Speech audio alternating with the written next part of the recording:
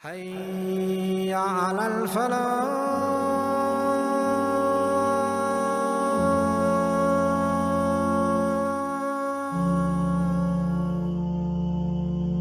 And verily we sent revelation and we revealed to the mother of Musa, give the milk and suckle your boy. Give him as much milk as he wants. And if and when you become afraid for his safety, then put him in the river. And don't fret, don't be afraid. Verily we're going to return him back to you, and we're going to make him from those who are messengers. So when she put the child in the river, some of the members of the household of Pharaoh, they picked the child up out of the river. And they did that so that Musa would become an enemy to them and a cause of their sorrow and animosity. Verily Pharaoh and his chief minister Haman, as well as their soldiers, all of them were evildoers, all of them were wrongdoers. The wife of Pharaoh, when the baby was brought to her, she said, this child is going to be a cooler of our eyes, cooler of my eye and a cooler of your eye, ya Pharaoh. It may be that he's going to benefit us, or we can take him as a son. And they didn't realize what they were doing. That the heart of the mother of Musa alayhi salam became empty. When she came to realize that Musa is in the hands of Pharaoh, she was about to simply go and knock on the door of Pharaoh and says, I want my child back. Right? So Musa alayhi salam is not brought up in his mother's home. His stepfather is Pharaoh, and his stepmother is Asiyah. Being brought up in the home of Pharaoh, of a man who proclaimed himself to be God. Long ago there lived a great woman. The Prophet Muhammad sallallahu alaihi wasallam, he mentioned in a hadith where he said, the best women in the world were four. And from them was the wife of Pharaoh, Asiyah bint Muzahim. She lived in a time of Musa, the time of Moses, in a time of the pharaohs. Asiyah bint Muzahim lived in a bad time. She lived in a very difficult time. She lived in a house filled with sins, kufr and shirk. Her husband was who? Her husband was Pharaoh, the one who used to say, I am your Lord the Most High. He used to gather the children of Israel and say to them, do I not own the kingdom of Egypt? And these rivers that flow below me, do you not see? This was the husband of Asiyah, one of the four greatest women to set foot in this world.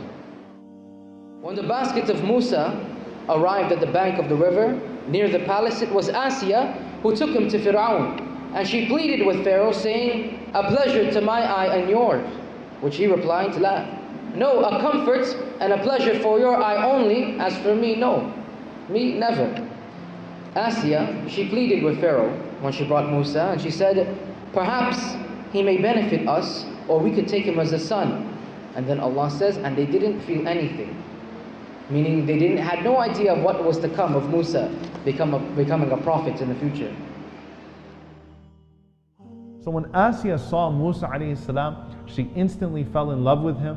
And this baby that fell into her hands was even more special because Asiyah alayhi salam was unable to have children. Musa alayhi salam is raised in this palace of Fir'aun, and Asiyah dedicates herself to Musa alayhi salam as if she is indeed his mother.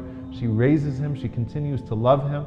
She brings in the mother of Musa alayhi salam, not knowing that she is the mother of Musa alayhi salam, to be a wet nurse for Musa alayhi salam. As for what took place between Asiyah and Musa in the palace, we do not know. So we say, Allahu A'lam, Allah knows best.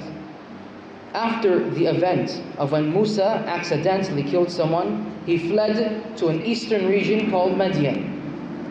Asiyah, at that moment, she lost her adopted son. For 10 years, he was away. And then Musa came back. And he was calling to the religion of Allah.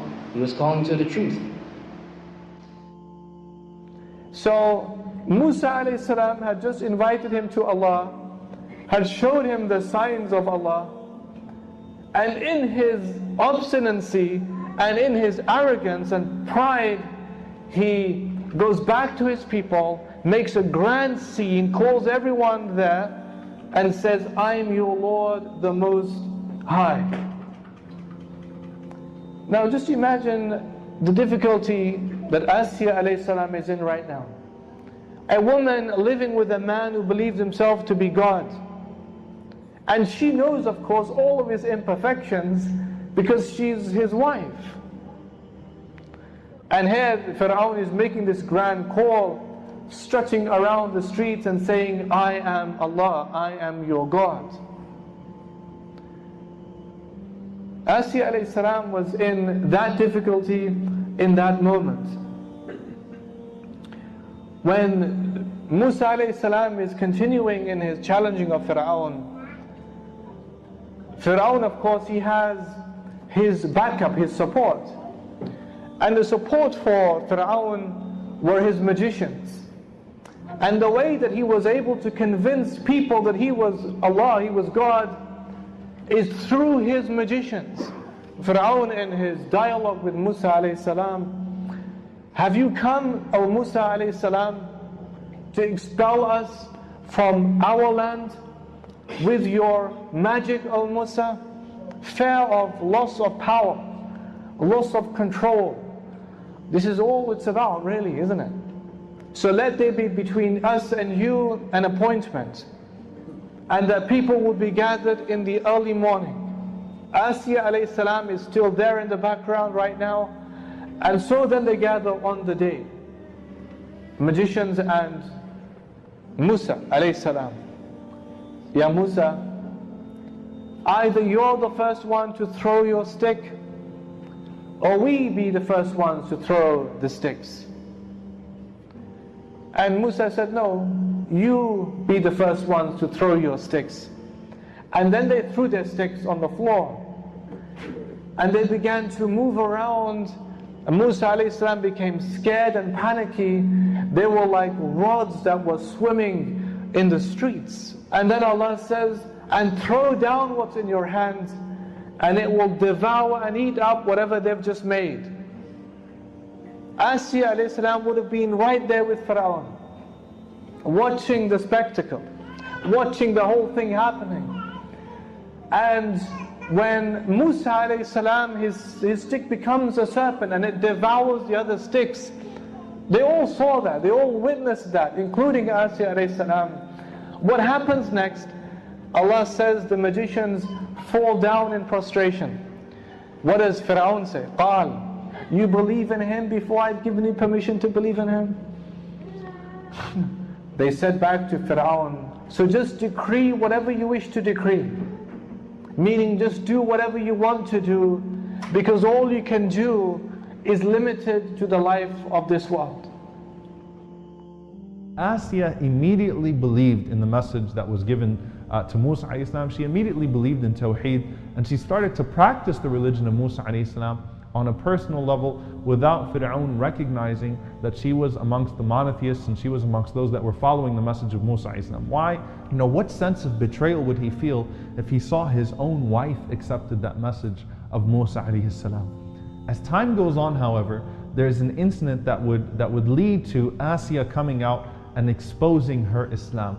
And that was the incident that is known as the incident of the hairdresser of the daughter of Fir'aun. One day, the hairdresser was brushing the hair of Pharaoh's daughter. One day, the brush fell from her hand and she stooped down to retrieve it. And she was hiding her faith. Everyone was hiding their faith out of fear. But at that moment, when she dropped the brush and she went down to retrieve it, she said, Bismillah, in the name of Allah, and she picked up the brush. So she forgot. Someone was listening. Who was listening? The daughter of Pharaoh. She said, what did you say? She said, I said Bismillah. She said, do you mean my father? She said, no, I meant Allah, my Lord, your Lord, and the Lord of Pharaoh. Allah, Rabbul Alameen. The daughter of Pharaoh said, I'll tell my father. She said, go tell him. Now the wife of Pharaoh was also hiding her faith. But the first to expose their faith or their belief was the Mashiqa. This means hairdresser. This brave woman So she said, "Go tell your father." And she was brought into the sitting of Pharaoh. Around him, who? His guards, his soldiers. Pharaoh looks at her and says, "Mashita, do you have a lord other than me?" She says, "Yes, my lord, your lord, the lord of everything." Pharaoh knows that the hardest thing for a mother to deal with is the discomforts of her children. So he told the soldiers, "Go bring her children." They would barge into the house, children screaming and crying. Crying for who? Their mother. But where is she? She's being held by Pharaoh. They look at their mother. What can they do? How can they help? How they must be crying. How their mother feels. The moment is tense. Everyone is looking. Take back what you say. With one word she can end all of this. But no, she loves Allah. She believes. When the Prophet Muhammad ﷺ journeyed to the heavens, in the 7th heaven, he smelt a beautiful aroma. So he asked the angel Jibreel, "What is this beautiful smell?" He said, "That's the scent of the Mashita, the hairdresser of Pharaoh and her children." It is at that moment that Asiyah, as she saw the cruelty of Fir'aun, and she saw the bravery of that woman. So Asiyah sees that, and Asiyah says, "You know what? If Fir'aun is like that, and this woman had the guts to stand up to him and that courage," she says, "then I'm also going to go up to him and stand up to him." So she walks up to Fir'aun and she says, "Ya Fir'aun, I have disbelieved in you. I don't care what you're going to do. And I believe in the Lord of Musa and the Lord of Harun, the Lord of all of the worlds." How can a wife disbelieve in her husband? He wouldn't kill her right away, because it would be a bad decision politically. She's from the royal family. He would talk with her first and dialogue with her, and then he would become harsher. She had a palace. She had the best foods and the best clothes. But she sacrificed everything for the sake of Allah. She became an example for the people of faith, men and women. Pharaoh would beat Asiyah. She was patient. He harmed her, but she endured. He tortured her, and she was steadfast. Rather, she would say to him, "I believe in the Lord of Musa and Harun. Do you disbelieve in me?" She would say, "Yes. I will expel you from the palace." She would say, "Do what you want. I will punish you, Asiyah. Do whatever you want." This was her attitude towards him. But she was patient. Fir'aun said, "Do you know what I'm going to do to you?" She said, "I know, and I don't care. I have rejected you, and I don't care." And Fir'aun drags her to the desert, ties her down, deprives her of water, deprives her of food, deprives her of her dignity, her honor. And the daughters of Fir'aun from the concubines and from the other wives are laughing at her. No, she has no support, no human being there that loved her, supported her, because Musa ﷺ was not there. And while that's going on, she looks up to the heavens and she says, "O Allah, build for me with you a palace in Jannah, and replace this palace that I've sacrificed for your sake with a palace in Jannah." So Allah opened up the skies and she was able to see her palace in Jannah, and she laughed. And Fir'aun said to the guards, "Look how crazy this woman is." And she laughed and she laughed and she laughed until Fir'aun got frustrated. He said, "Go to the highest cliff and push off a boulder so that would smash her body to pieces." But Allah did not give Fir'aun that pleasure. Allah took her soul before the boulder landed on her body. Allah subhanahu wa ta'ala had taken her for himself, and Allah subhanahu wa ta'ala had given her a palace in Jannah as she requested. She was a woman, all of the things that you would imagine every woman to ever want, all of the niceties of everything, the clothing and the shoes and the handbags and all of that stuff. Asiyah alayhi salam had all of that and more. So what is it that she had to give up then? We sometimes cannot even give up the small things in our life, and we're all expecting heaven. Asiyah alayhi salam, that Allah made as an example until the Day of Judgment for all those who believe, gave up everything for Allah. Just a few points about Asiyah in conclusion then. Point number one, Asiyah alayhi salam was a woman who had insight, perception, is having an illuminated heart. And that heart can see the apparent of things and the hidden of things. And Allah gave that as a gift to Asiyah. She could see the deception of Fir'aun. Number two, Asiyah did not allow herself to be defined by her circumstances. Asiyah was living in a home of someone who believed himself to be God. And she believed in Allah, and she was devout and pious and obedient. She could do it, that means you could do it. Asiyah, point number three, had resolve. And in that resolve and bravery and tenacity and spirit, she was close to Allah.